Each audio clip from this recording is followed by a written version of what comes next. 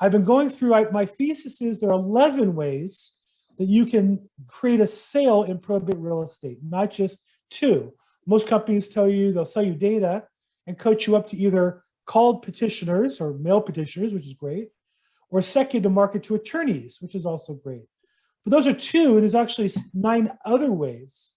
And I would say that not only are there 9 other ways, but that if you employ a couple of the other ways with those 2, it will make your efforts more productive. And today I want to talk about number 5, which is MLS limited authority properties. Now, these are a percentage of the whole. In LA County, we have about 800 probates a month, and we have about 50 properties that are sold with court confirmation. So 50 of about 800 is obviously less than 1 in 10, closer to 1 in 20. However, 1 in 20 of a big number still leaves a good sized number. And so what I would share with you is there's an opportunity for people who want to break in and say to me, well, it's hard to get through to attorneys. It's hard to get through to petitioners. I don't know that I would disagree with you, but I would say then, what are you willing to do to get there? And I'm going to share with you kind of another way that you can get to those same people. And the way we're going to talk about today is kind of a backdoor way, which is the MLS limited authority. So what do I mean by that? So just a quick overview in California and to some degree other states, but for sure in California, when a petitioner, it could be a spouse, could be children, could be anybody, files for a probate with or without a will, they're saying to the court, I want the authority to act on behalf of the estate. Somebody dies, all their stuff is owned by the estate. It's not owned by the person, they died. It's not owned by the children yet. It might get passed to the children, but it has to go through probate. And probate is the process that the court basically approves the process. Now, if there is a living trust, generally you avoid probate. So we're talking about cases where there is either is or is not a will, because a will does not avoid probate. A will is probated. Biggest misconception is business. And then when a petitioner goes to court, there are 2 types of authority. Some of them get what's called full authority. They can do, pretty much whatever they want when it comes to selling the property. They can sell it to whoever they want for whatever price they want. There are some limits at the edge if somebody raised their hand and objects, but generally with full authority, which is about 90% of the cases, the petitioner, they can be the executor or administrator, has authority to sell to whoever they want. Now, that said, we talked last week, you might want to look in the MLS for those that don't need court approval. That was method number 4, MLS full authority. Today, we're going to talk about the MLS limit authority. So what this means is that when they sell the property, let me give you an overview of the process in California. Somebody dies, somebody else petitions the court for approval to be the executor or administrator of the estate. So they file with the court to get what are called letters of authority. So they are authorized to take on certain actions. So from the time you petition, the first hearing date's 30 days away. There are at least 30 days, maybe longer, before they have the authority to do anything. Now, as I said, 90% of the time, they get granted full authority. But about 10% of the time, the court says, no, you can't sell the property without the judge's approval. It could be the executor lives out of state. That's a common one. It could be the executor is a criminal, incarcerated. It could be that the administrator or executor can't get a bond. A bond is insurance policy to guarantee that the estate won't run short and stiff creditors.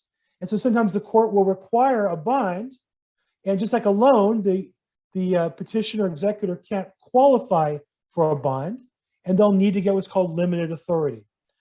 And some people choose to get limited authority to save money on the bond. Big mistake. I see that all the time. Sometimes attorneys encourage petitioners to get limited authority so that the court will approve the sale and so that other siblings or other relatives won't sue the petitioner. They'll say, rather than get into a fight, let's let the court decide. That's the most common scenario. So now we have a piece of property being sold by an estate. What does that look like? So now they have the authority from the court, but they have limited authority, and they want to sell the property.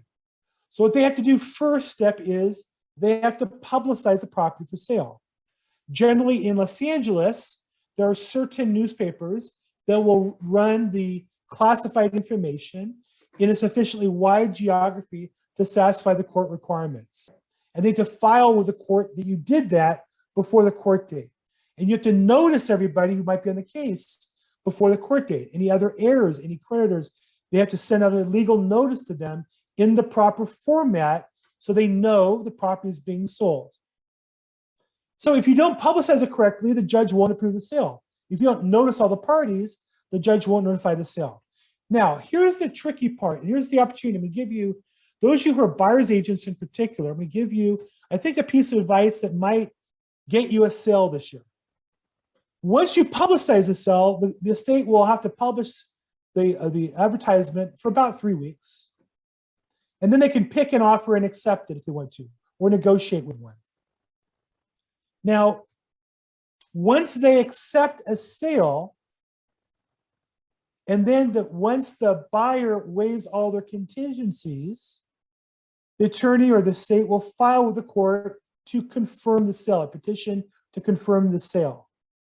And generally, by the time they petition to the court, the buyer should have waived all contingencies and put at least a 10% cash deposit down. Doesn't have to be, that's the most common practice. Now, here's one misconception. Some estates mistakenly think that the initial, the EMD, the earnest money deposit, has to be 10%. It doesn't have to be. It can be 3% or less. You just have to get to 10% before the court date, and ideally before you petition for the court date. So really the best practice is to require normal EMD, earnest money deposit of 3%, have the buyer clear all contingencies, and with that, raise their deposit to 10%, then file the petition with the court for approval. Now today, we're post-COVID far enough, if you petition with the court for approval, you'll get a date for court confirmation about 30 days out, not too long. And that gives everybody time to kind of get everything in order. The truth is about 1 in 4 get confirmed and 3 out of 4 get continued because the estate, the attorneys don't do the paperwork properly. I see the same mistakes over and over again. And again, for real estate agents, I'll just share with you that in Los Angeles County, 95% of probate cases are handled by an attorney who's done 1 probate or less in the last year. So most of them don't really know what they're doing. They sound like they do, and they convince the client they do, but they really don't know the particular little detailed paperwork, which then causes that probate to be delayed. It's a long process. It's not for the meek of heart. But here's the opportunity. I think we're looking for problems to solve. That's how I get paid. If you could push a button and buy a house, Amazon and Google would sell all the houses. The fact that it's difficult is where I make my money. And so strategy number 4 says, if you learn the process better than the competition, you have the chance to make a profit. Now, this is primarily for buyer's agents or for agents that represent investors as buyers. And there are not a lot of these properties. There's about 50 a month of all of LA County. But in the fix and flip world, there's a couple of these a month that are worth looking at.